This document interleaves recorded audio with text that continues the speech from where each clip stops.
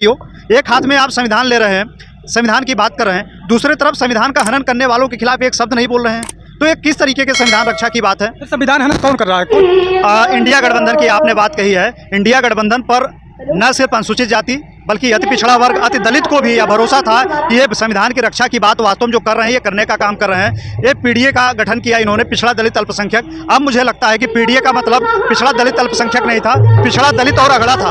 आपने देखिए माता प्रसाद को उन्होंने बनाया, आखिर ये कहा गया पीडीए?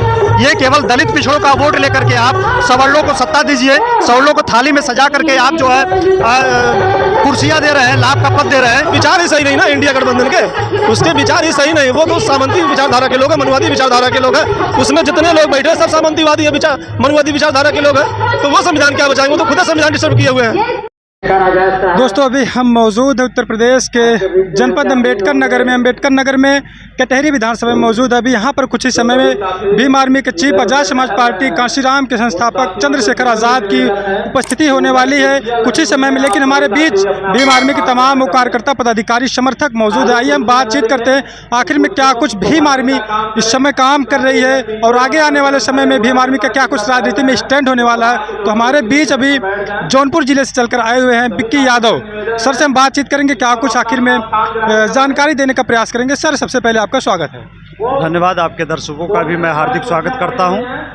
और आज अम्बेडकर नगर जिले में भारतीय राजनीति के युवा क्रांति नायक बड़े भाई चंद्रशेखर आज़ाद रावण जी का आगमन होने जा रहा है और सांसद बनने के बाद पहला आगमन कटहरी की धरती पर है।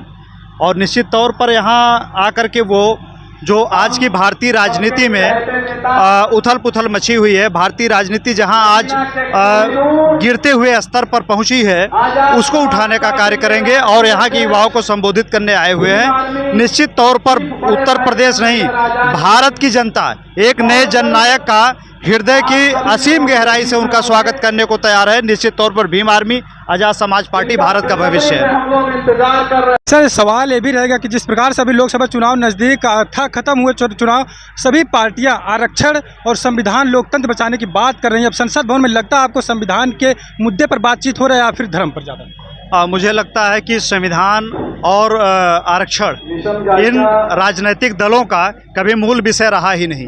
ये इनका चुनावी मुद्दा है। असली लड़ाई अगर संविधान की लड़ी जानी है, असली लड़ाई अगर आरक्षण की लड़ी जानी है, निश्चित तौर पर हर वो लड़ाई मुझे लगता है कि भीम आर्मी, आजाद समाज पार्टी ही लड़ रही है। बाकी लोगों को जब कोई मुद्दा नहीं मिला, सत्तारूढ़ दल से मुकाबला करने के लिए कोई रास्ता नहीं मिला, तो उन्होंने संविधान का दामन थाम लिया।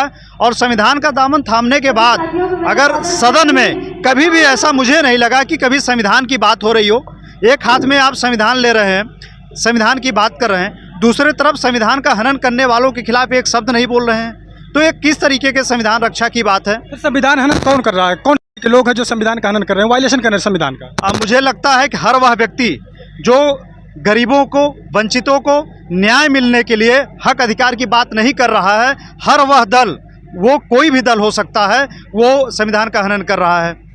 और इसके अगेंस्ट अगर कोई पार्टी मजबूती के साथ संविधान के साथ खड़ी है, हर गरीब, हर वंचित, हर जाति, हर धर्म के साथ खड़ी है, तो भीम आर्मी, आजाद समाज पार्टी खड़ी है। सर अब राहुल गांधी और अखिलेश यादव को कैसे देखते हैं, साथ में इंडिया गठबंधन को कैसे देखते हैं? खासकर जो अनुसूचित जाति जनजाति का वोट रहा है उसको साधने के लिए अखिलेश यादव और बात करें कि राहुल गांधी तमाम संविधान बचाओ यात्रा उन्होंने किया, लोकतंत्र बचाओ, लोकतंत्र बचाना है, और अनुसूचित जाति के लोगों ने इस समय उनको वोट भी दिया और संसद में पहुंचाया लोगों को।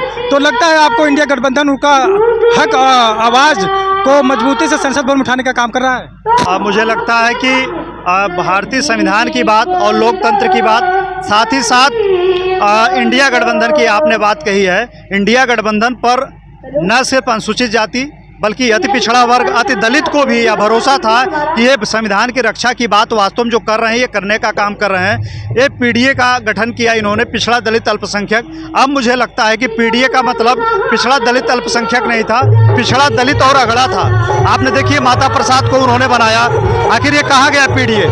ये केवल दलित पिछड़ों का वोट लेकर के आप सवर्णों को सत्ता दीजिए, सवर्णों को थाली में सजा करके आप जो है कुर्सियां दे रहे हैं, लाभ का पद दे रहे हैं, ये धोखा है, ये धोखा है। सच में देखा जाए पिछड़ा दलित अल्पसंख्यक का अगर वास्तव में कहीं भला है तो आजाद समाज पार्टी भीम आर्मी में है। तो चलिए सर, आप क्या कुछ कहेंगे? आज यहाँ पर चंद्रशेखर आज़ाद की एंट्री होने वाली, क्या कुछ कहेंगे? जी चंद्रशेखर आज़ाद जी की एंट्री वाली क्या कुछ कहेंगे आप?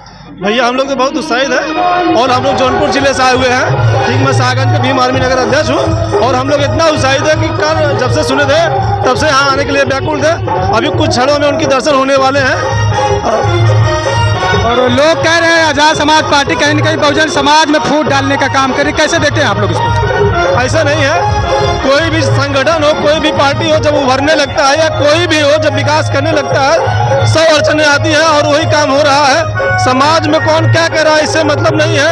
हम अपना तर्कशील व्यक्ति होते हैं, मानव तर्कशील व्यक्ति है, वो अपने तर्क से, अपने विचारों से देखे समझे कि हाँ सही में ये बात सत्य है कि गलत है।